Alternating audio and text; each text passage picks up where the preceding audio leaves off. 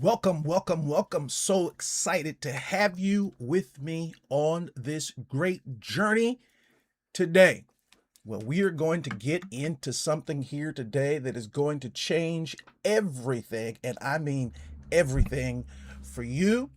We're going to move into it because I want you to absolutely get the best out of this right now. So, we're going to get into it because this promises to be a game changer for everyone that is participating in this great opportunity. Let me ask you a question.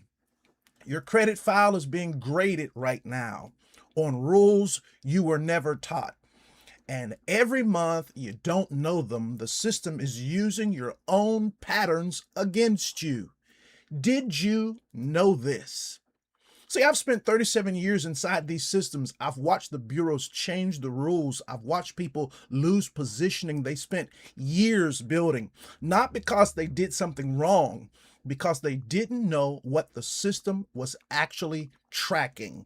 If you're new here, do me a favor right now. Hit that subscribe button because what I'm going to share today is exactly the kind of information we cover on this channel every single week, and you want to stay in this room. Today, I'm going to show you what the credit system actually is, not what they told you it was. I'm going to say that again, not what they told you it was.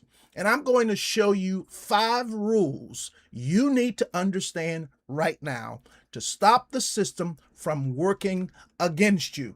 And we're going to start with something most people never think about. The reason the bank actually wants you knowing some of these rules.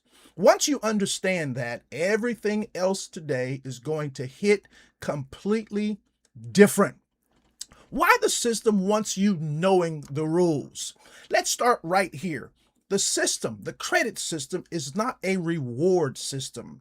I'm going to say it again. It is not a reward system. It is a behavioral prediction model. The bureaus are not grading your character. They are grading your data patterns because the truth of the matter is every swipe, every payment, every balance you carry is a data point in a much bigger story. Now, here's the part banks don't want you thinking about too hard. Why do banks teach you any of the rules? Why do they tell you to pay on time at all? Because the rules they teach you are the rules that make you a more profitable borrower, not the rules that give you leverage. Oh, this is important. There's a difference between surface rules and positioning rules. Surface rules, pay on time. Positioning rules, when the system is actually measuring underneath that. And the gap is the difference between staying stuck and finally moving. So what is the system actually watching? Number 1, payment timing relative to your statement date. Not your due date, your statement date. And if you've been with me, you understand how we feel about that. Number 2, your utilization trajectory.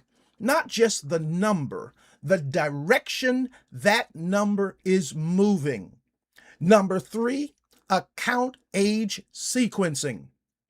Number 4, inquiry clustering patterns. 4 signals every single month, whether you know it or not. Now, here's what most people get wrong about this. The system doesn't want you knowing the positioning rules. It only needs you knowing enough to stay active, stay indebted, and stay predictable. The real lesson is this. The score isn't judging you, it's reading your data. That is a completely different thing. It's a completely different thing. And in a few minutes, I'm going to show you exactly when the system takes its picture of your balance and why paying on the wrong day can cost you points even when you pay in full. Stay with me because in the next segment, I'm going to show you the exact moment the system photographs your balance. And once you see it, You never look at your due date the same way again. When and when not to pay your credit cards. Let me ask you a question. Do you know the exact day your credit card reports your balance to the bureaus? Most people don't. And if you've been watching me, this is something you know I drill. Most people think the due date and the reporting date are the same thing. They are not. We're getting warmed up.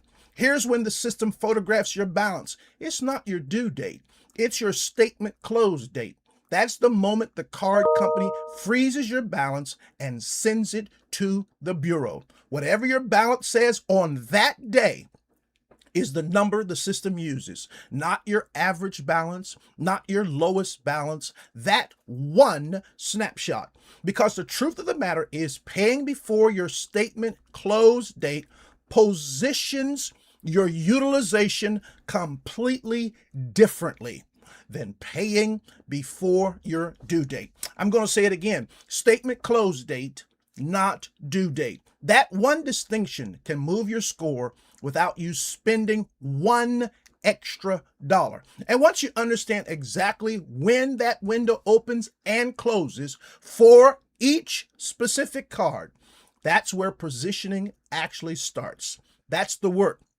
Today, we're making sure you understand why it matters so you know exactly what you're solving for. Now, here's the counterintuitive trap. When not to pay it all the way down to zero. A zero balance right before reporting can actually signal inactivity to the system. Here's the enemy at work. The credit card company's entire billing cycle is structured to report your highest balance, not your lowest. That's not an accident. That's designed. Now, here's what most people never catch. When not to treat your due date and your statement close date as the same thing. They are not the same. The system doesn't care about your due date. It cares about when it sees, when it looks, and what it sees when it looks. No exceptions, none. Now, coming up, I'm going to show you the exact 3 card functions that tell the system a completely different story about you. Most people have cards. They don't have functions. There's a complete difference. Drop a credit card in the chat right now if you've been paying your credit card on time every single month, but your score still isn't moving the way you expect. We need to talk about the 3 credit card functions that you need. Let me ask you another question. How many credit cards do you actually need? This is not a product recommendation. This is a positioning conversation. Your profile needs 3 cards. Functions. Function 1, the anchor, a high limit, low utilization card that establishes your ceiling and keeps your ratio favorable. Function 2, the leverage card, a secondary card that creates behavioral diversity in your data without adding risk. Function 3, the pattern card, a card used consistently, paid to a strategic balance that shows the system a directional story. Why would you say these 3 functions and not just 3 random cards? Because the truth of the matter is the system reads your card profile like a behavioral fingerprint. These functions equal 3 data signals working together. Having 5 cards that do the same thing is the same as having 1 card. Now, here's what most people don't realize they're carrying. What not to hold is a collection of store cards and retail accounts. They add inquiry history, they add open accounts, and they return nothing to your utilization positioning. Here's the enemy reinforce. Banks issue cards designed to maximize your utilization and their profit margin, not your score. Those are 2 completely different goals, completely different goals. And coming up, I'm going to show you why the system evaluates two totally different credit types and why being perfect at one and still leaving the other one not perfect creates a gap for you. Now, we've got to talk about installment versus revolving credit. Let's talk about what a complete credit profile actually looks like. Two credit types, two different measurement standards, both required to signal full credit worthiness.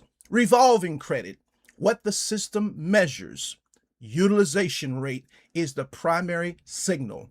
The standard is simple. What positioned looks like versus what maxed looks like. In the system's data language, the truth of the matter is the system weighs revolving behavior as a near real-time risk indicator. Then there's installment credit, what the system measures. Payment consistency and account age are the signals here. Installment behavior gets read as long-term stability, not short-term positioning. A healthy installment pattern tells a completely different story than a revolving account ever could. Now, here's what most people assume, and it costs them. What not to assume is that doing one perfectly compensates for the other. The system doesn't average them, it evaluates both categories independently. A perfect revolving record and a thin installment file is still a gap. So you're going to need the installment side where you've got the personal loans, the mortgages, the car loans. You're going to need that side. And you're going to need the revolving side where you've got the credit cards and the lines of credit. Because if you have one and not the other, you have a thin file and there's still a gap. Now, the last concept I'm about to share is the most advanced thing we cover today, and I saved it for the last on purpose because everything we just covered has to land first. If this is going to make sense for you, you've got to understand what we've been talking about. Type both in the chat if you have both installment and revolving credit actively working in your file right now. Now, here's what I want to talk about. Trended versus non-trended data. Trended versus non-trended data.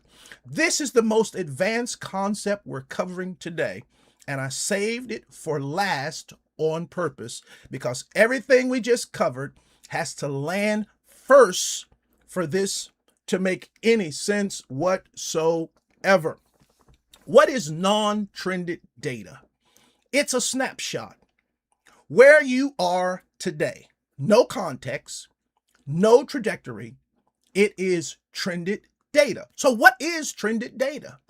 It's the movie. 24 months of behavioral patterns. The direction you're traveling. FICO 10T and Vantage 4.0 both use it. This is the current standard, and it's becoming the only standard. Why does this change everything? Because the truth of the matter is the system is no longer asking, where are you? It's asking, where are you going and how did you get here? A score of 720 trending down reads completely differently than a score of 700 trending up. The number is the same. The story is not. Now, here's what most people are still operating on.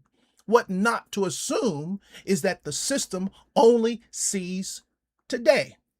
Lenders using trended data can see your behavioral patterns over 24 months. The question is, what story is yours telling them? This is important. The question isn't what your score is today. The question is what story your data tells about where you're going. Same person, same habits, but different trajectory. And that will make all the difference if you're going to be successful or not. You see, one of the things we have to understand is how are patterns built in the credit system? In the credit system, they will take a snapshot on July 15th and then come back and take another picture on August 15th and then come back and take another picture on September 15th. What they're looking for is to see the patterns, the habits. When you want to show the system what your patterns and habits are that are going to benefit you the most, you start paying attention to when they are taking this video, this picture, this shot, when they're reporting this to the credit bureau, and you're going to know the fact that they're doing this month after month after month after month. If you've been going downward for 6, 7, 8, 9, 10 months, it's not hopeless. It's simply that you need to change the trajectory of your profile. So now you need to realize on my statement date, they're going to take a photo of where I'm at. I need to make sure that I'm at least under 10% when they look. Next month, I've got to continue this pattern because I want to retrain this algorithm that is trying to get the most money out of me, that I am not the person you want to try to collect from. And the way I'm going to convince it is I'm going to shift my patterns so that now they not only see decreasing balances on my revolving accounts, they're seeing increasing scores because I understand how the system actually works. You see, those of you watching who do not understand how the system actually works, what you're doing is you are playing by the rules they taught you. And they taught you those rules to simply collect as much money from you as they can.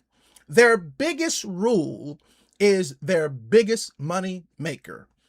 Pay by the due date or pay this late fee. Did you know that being late to the credit card company is 1 day after the due date? And they may charge you $35 for that. But that doesn't get reported to the credit bureau. What is late on the credit bureau is 30 days paying 30 days or more after the due date. That's when you would be considered late. So a 30-day late payment is not the same as being late to the credit card company. The credit card company wants you to focus on the due date. They want you to log into the credit card online and set up an auto pay of a minimum payment on a due date so they can get the most money out of you, because while you're being so diligent to do that, they're reporting the balance on your statement date. What is the difference between the statement date and the due date? About 20 to 27 days. Your statement date hits first, and then the due date is 20 to 27 days later. On your statement date, 3 things happen. 3 things happen on this statement date. Number 1, the credit card company sends you your bill. However you get it, they send it. Number 2, they charge you interest on your current balance. And number 3 is the big one. They report that balance to the credit bureaus. This is the statement date. And so now they've sent you a bill after they've made a report on you already and tell you to pay 27 days later. And then they tell you that if you don't do it by that date, we're going to hit you with a $35 fee. So you being as diligent as you think you're being, you make certain. I tell you what, you're not getting no $35 off of me. and they're laughing because while you're keeping your $35, they are reporting the highest balance you have of the month as your current balance on your statement date. This is a game. I've gone over these 5 things because it's critical that you understand them. These rules that they want to share with us a little and not give us a clear picture are because they know if they keep putting it out to you and putting it out to me and get us convinced that this is what will help us, we'll fall into the very trap that keeps us giving up more money, having lower scores, and a weaker profile. Listen at this. Why would your credit card company that's in business to make money want to give you the help of allowing you to log in on your app or online and set up an auto pay that would never let you be late? Why would they do such a thing if they really were trying to make money? Well, I think you know the reason now. They're trying to get you to auto pay the minimum payment on the due date because that's the way they're going to make the most money off of you for the longest amount of time. Listen, we've got to wake up. We've got to wake up. If today gave you clarity on how the system actually reads your file, do me a favor real quick. Hit the like button. Subscribe to the channel. Drop a comment below telling me which one of these 5 areas you're going to look at first in your own file. We want many people to see this, so they'll be on top of this information just like you. I've tried to drill these things in installment and revolving, what they mean, what they look like. I've tried to drill these things in, all these inquiries and why they want you having these inquiries, why they want you stuck. I've tried to drill this into you today, why they want you focused on the due date and not the statement date, because here we are aligning ourselves to win. Well, listen, I want you to be blessed. I want you to have an awesome week.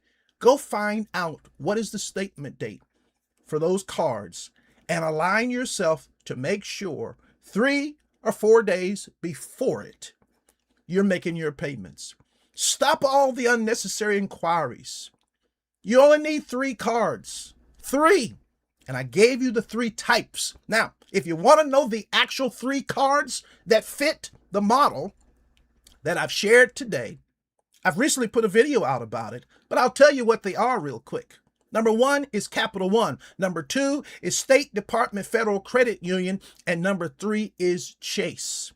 But it's very important that you're strategic in how you add them. They're different ecosystems because one is a credit union. It shows that you're great at relationship banking. And this is going to be the way you're going to build a strong profile for years and years to come.